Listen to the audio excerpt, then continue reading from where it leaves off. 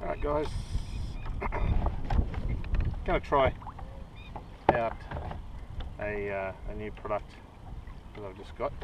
So this is a new reel. It's the KastKing Mela, M-E-L-A 2. I've done 3 casts now, and it's only a small perch, but it's a perch. So you could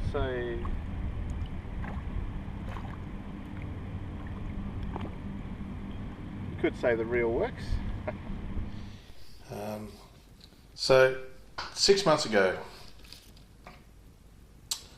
I bought a reel just on spec off the internet. It was a company that I'd seen promoted a fair bit in the States called KastKing. Now these reels are advertised as made in China, and I thought, sorry, touch of the flu. I thought at the time, made in China, but the price was pretty attractive, and I thought I'd wing it, just see what it was like. And there's a lot of scuff marks on, I don't know if you can see them on the reel, there's a lot of scuff marks. This has had a fair bit of wear over the last 6 months. And it comes with a spare spool, so you get 2 spools. And I haven't done anything to it in that 6 months. I haven't pulled it apart, nothing. And initially what I did was I put it on, tried it, and it seemed to work okay. But a few weeks ago I realised that it was now being used with all my other reels as one of my mainstream reels, Quantums, Shimano's, things like that. And I started to think a little bit harder about it. And as I said, it's made in China. But if you have a look at your Akumas, your Quantums, your Shimano's and so on, nearly all of them have a little made in China tag on them. Now this is an American company, they're based in New York. I got to say, I use this reel now on a daily basis. It's on one of my rods and it gets picked up and used the same as any of the others. Will it last as long as, say, a Quantum? I can't tell you. As I said, I've been using it for 6 months, but yeah, after 6 months of use and plenty of fish and salt and fresh water, it's still going great. There's one thing I don't like about it, and it's pretty much the only thing I don't like about it. I've got it spooled up with, I think it's 14-pound gliss, but braid, which is super thin. And what I've found is that the braid, especially if it's windy, can very easily get between the tension knob and the spool. And that's happened to me more than once. And that's probably the only drama I have with it. If I was going to improve it, I think slightly closer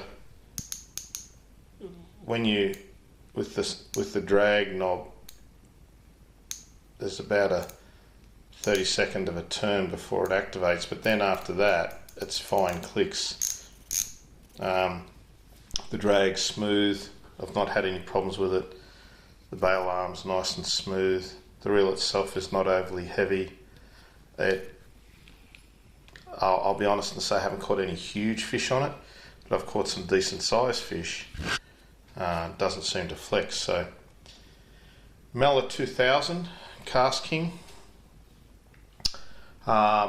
Specs wise, the 2000 weighs about 201 grams from memory. It's a 5.2 to 1 gear ratio, and it has 11 kilos of drag. It's carbon fibre, packed carbon fibre discs for the drag, and it seems to work great. I'm not going to bother trying to pull it apart for you or anything like that. The way I look at it, $35 on Aliexpress, delivered into Australia, and it took about 1 week in a kayak